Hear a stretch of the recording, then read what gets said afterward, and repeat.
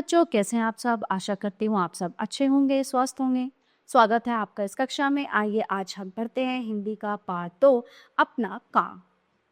उस चिड़िया का घोंसला गेहूं के खेत में था। गेहूं के घने पौधों के बीच किसी को दिखाई नहीं देता था। घोंसले में चिड़िया अपने बच्चों के साथ रहती। दिन में चिड़िया भोजन की खोज में बाहर रहती।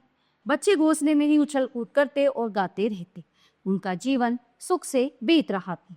धीरे धीरे समय गुजरता गया। गेहूं के पौधे खूब बड़े हो चुके थे। चिड़िया के बच्चे भी बड़े हो गए थे, लेकिन अभी उनके पंख इतने मजबूत नहीं हुए थे कि वे उड़ सके। एक दिन जब चिड़िया माँ दाने की खोज में बाहर गई हुई थी, बच्चे घोंसले में ही उछल कूद कर रहे थे। तभी उन्होंने दो आदमियों को आपस में बातें करते सुना। उन्होंने झांक कर देखा तो वे खेत का मालिक किसान और उसका बेटा। चिड़िया के बच्चे डरकर चुप हो गए। वे घोंसले में दुबक कर चुपचाप उनकी बातें ध्यान से सुनने लगे। किसान अपने बेटे से कह रहा था, बेटा अब गेहूं पकने लगे हैं, इनको काटने का समय आ गया है।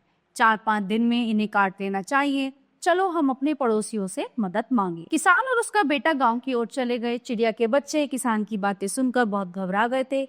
उन्हें चिंता हो रही थी कि अब गेहूं के पौधे कट जाएंगे तो वे कहाँ रहे। थोड़ी देर बाद चिड़िया वापस आई तो बच्चे माँ को देखकर चींची करने लगे। उनमें से एक बोला, माँ यहाँ से चलो। दूसरा बोला, हाँ माँ, यहाँ अब बहुत खतरा है। पहले बच्चों ने फिर कहा, अगर हम यहाँ से नहीं गए तो वे लोग हमें मार डालें। क्या बात हुई जो तुम इतना डरे हुए हो? चिड़िया ने बच्चों से पूछा। आपके पीछे किसान और उसका बेटा आए थे। 4-5 दिनों में वे सारी फसल काट लेंगे और हमारा घोंसला भी टूट जाएगा, बच्चों ने बताया। वह फसल खुद काटेगा या दूसरों से कटवाएगा? चिड़िया ने पूछा। वो पड़ोसी से कटवाएगा, दोनों बच्चों ने एक साथ कहा। फिर तुम्हें अभी डरने की जरूरत नहीं है, उसके पड़ोसी गेहूं काटने नहीं आएंगे। सचमुच 5 दिन बीत गए, लेकिन कोई गेहूं काटने नहीं आया। 6ठे दिन किसान और उसका बेटा फिर से खेत पर आए।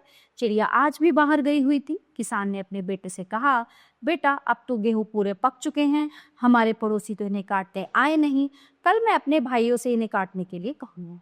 चिड़िया जब शाम को आई तो बच्चों ने उसे फिर सारी बात बताई। चिड़िया ने सुनकर कहा, बच्चों तुम डरो मत, उसके भाई भी गेहूं काटने नहीं आएंगे। वो कह देंगे कि उन्हें भी बहुत काम है। अगला दिन बीता, कोई गेहूं काटने नहीं आया। शाम के समय किसान अपने बेटे के साथ आया। वो काफी परेशान दिख रहा था। उसने अपने बेटे से कहा, बेटा गेहूं काटने कोई नहीं आया, अब कल हम इन्हें खुद काटेंगे। चिड़िया के बच्चों ने किसान की बात माँ को फिर बताई। चिड़िया ने कहा, बच्चों कल किसान गेहूं काटने जरूर आएगा।